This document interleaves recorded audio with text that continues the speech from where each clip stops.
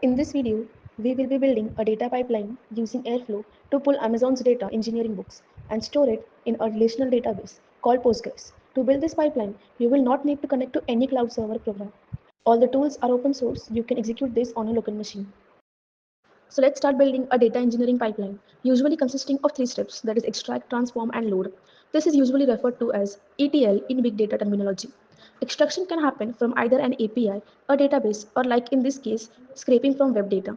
Here we will be scraping Amazon books from Amazon's website.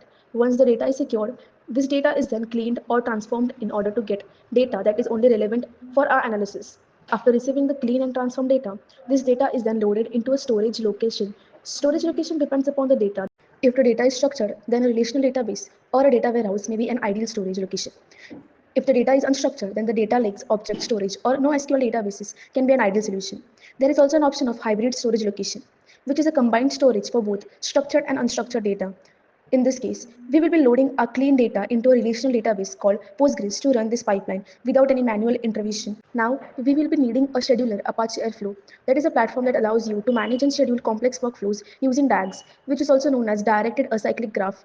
Represents a series of tasks that have been executed in a specific order.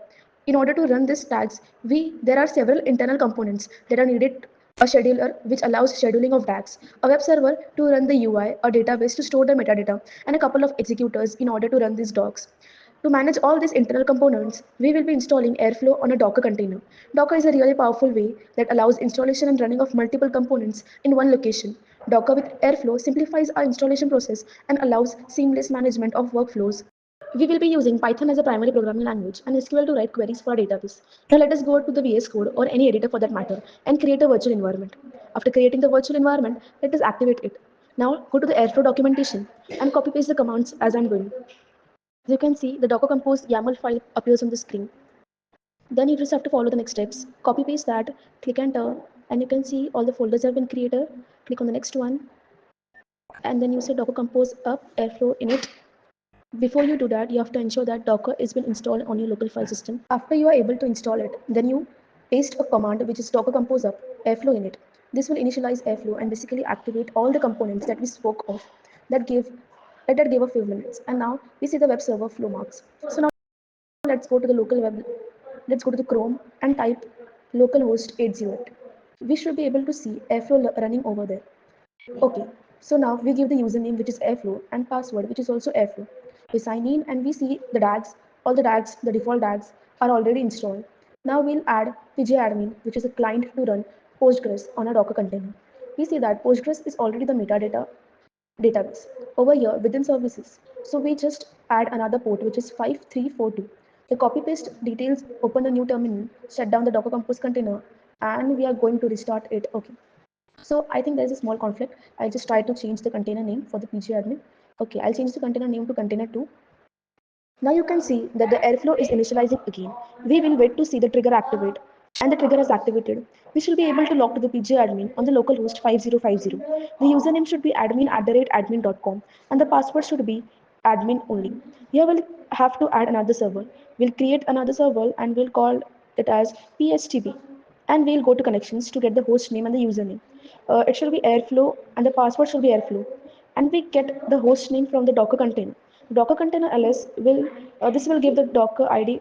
The command for that I think was Docker inspect, and the place the ID scroll to the bottom, and there it is. You will find the IP address, copy paste it, and that's how you connect to the Postgres database. Here we have the Postgres database, which is default database, and also another Airflow database. Here we create a new database called books. Let's call it Amazon books. Keep everything else the same and save it. There you go. Schemas. You will see there's a section for tables. We'll get to it later. Now let us go back to the Airflow and we'll add this connection that we have just created. We go to the connections. Let's call this books connection. Let's type host. Let's give the same host name, the database name, login credentials, and the database is Amazon books. Login is Airflow. Password is Airflow and the port is 5432. Let's save it successfully. We have created successfully a Postgres connection from Airflow. We have installed the Airflow on the Docker. We have installed Postgres and pgadmin on the same Docker container. Now let us go on to our next step. So we will be creating our very first own DAG, that is directed acyclic graph, which we will be performing like we will be connecting to the Postgres database, and then we will be performing functions that are class. So here we will be performing three functions, that is extract the data, load the data, transform the data, and load the data. We will be using database as Postgres database. So let's start building our code from Airflow. We'll import DAG. Let's give a couple of default parameters, which is nothing but the owner. In this case, the user is Airflow. Now let us declare our very first DAG, which name is going to be fetch and store Amazon books. The description is simple: a simple DAG to fetch books data from Amazon and store it in Postgres. We have given a schedule which is 1 day, and we want this DAG to run every day. And we have also declared the default parameters on top. Let's save it and we'll head to the Airflow, go to DAGs, look for fetch Amazon books. Maybe it will take a while to refresh. There we see. So this is the graph. It doesn't have anything yet. We have the code and the parameters. So now that our DAG is appearing on the Airflow, let's build the task with the DAG. Our first task is to fetch Amazon books data. So let's write a function for that. I'm just going to copy paste it, and I'll explain it to what I'm doing. Actually, for this I have combined the extract and transform components. So this code which is to get Amazon books data will get Amazon books information from the website, and it will basically remove the duplicates and return it as a data frame. So if you see, I have the base URL. I am also declaring the number of books. Then we have title, and let me just remove the description. And we have the title, author, pricing, and rating. I'm going to drop the duplicates after getting all the books information, and I'm going to return it to. I'm going to push this for across a communication after fetching the book data. We use the Postgres hook in order to insert the books data into the table.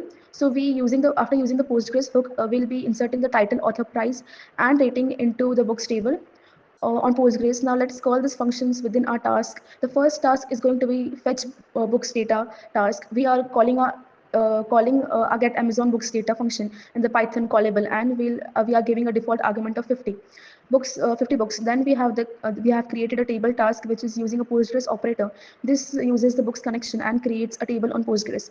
If it does not already exist, and the last task is insert the books data task, this will be calling the insert book data onto Postgres, this function. So those were the three tasks. Now we'll establish a dependency. So we use a greater than sign to establish a dependency.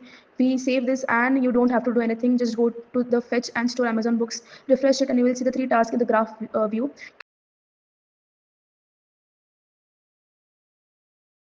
Click on the run button on the top. You will able to see the metrics on the left and the stage in which each of the tasks is, and that was quick. So you see that all those are green. If you go to the logs, you see that all these three have been executed, and let's see if we can actually see the data Postgres.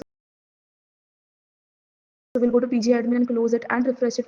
Go to Amazon Books tables query tool and say select all from books, Amazon Books, and run it. And we'll write the query, and we see that there we have all the books information from the website is now in the table. So now you can use this table in order to conduct your own analysis on which book to buy. Let's just sort it for based on the price for now. So let's then we have done the data pipeline that fetches Amazon data engineering books and loads it into SQL table. And now you can use this information to conduct your own analysis.